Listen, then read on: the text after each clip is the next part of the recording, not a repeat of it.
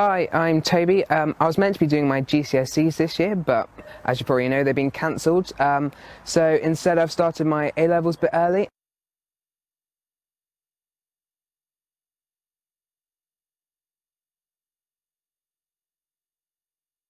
I have non-cystic fibrosis, pre-bronchiectasis, which probably means nothing to you, but basically each year I have about 4 hospital visits for intravenous antibiotics and other things, and daily I have to take lots of medications.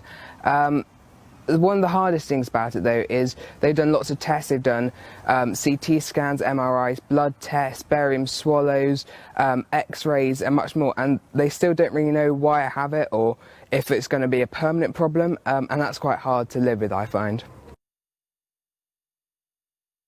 Usually I have to get up half an hour earlier than normal because I have to take nebulized antibiotics, and one of the most time-consuming things is I also have to do my physio, which makes me cough, and that usually is quite painful. And another thing that's quite a problem is usually I have like these different phases of alert. So there's moments when I step up my alertness. So if I don't eat a meal or something because I'm not hungry or I'm feeling sick, then I'd go up to what I call phase orange, where I'm starting to feel something there. This could be nothing, but actually this could lead to something bigger.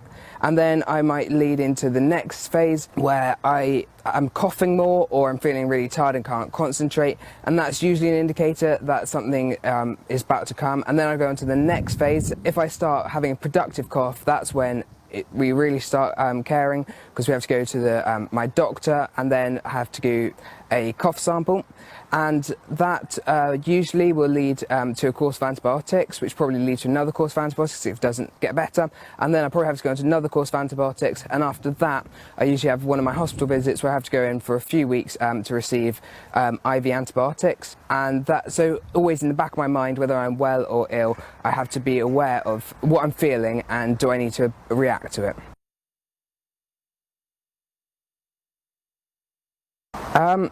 It takes quite a lot of pressure because it's like my well-being, and for example when I was meant to be doing my GCSEs I had to work out, if I'm feeling ill now, should I go into IV so that I should be well for my GCSEs, or will that mean I'm ill for my revision? And I find that really quite stressful, and I also find it quite a hard decision.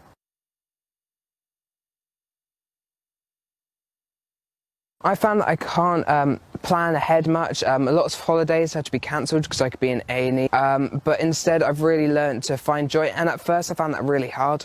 So I put some structures in place. So before I go to bed I have to find 3 good things that have happened in that day and write them down, and at the beginning I found that impossible, but now it's just natural, and I've learned to be content in any and every situation.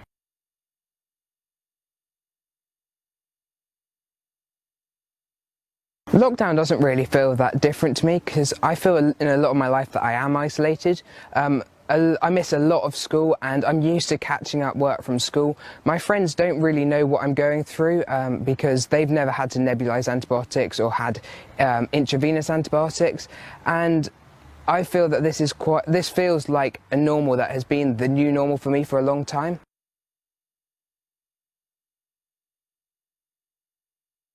I had to go to a group of people who were also struggling with long-term illnesses, and what I really found is that they weren't really coping very well. So a lot of them, they were struggling at school or they were finding it hard to make friends, and I don't think I ever really have had that problem, because I feel that being a Christian has really made a difference to me, that I have a peace and I know that maybe I can be well and maybe I won't be well in the future, and I know that every time I've got off the antibiotics and I'm feeling better, I've always gone, maybe this time I won't be ill again, but every time I've had to go back onto antibiotics and I've been ill again.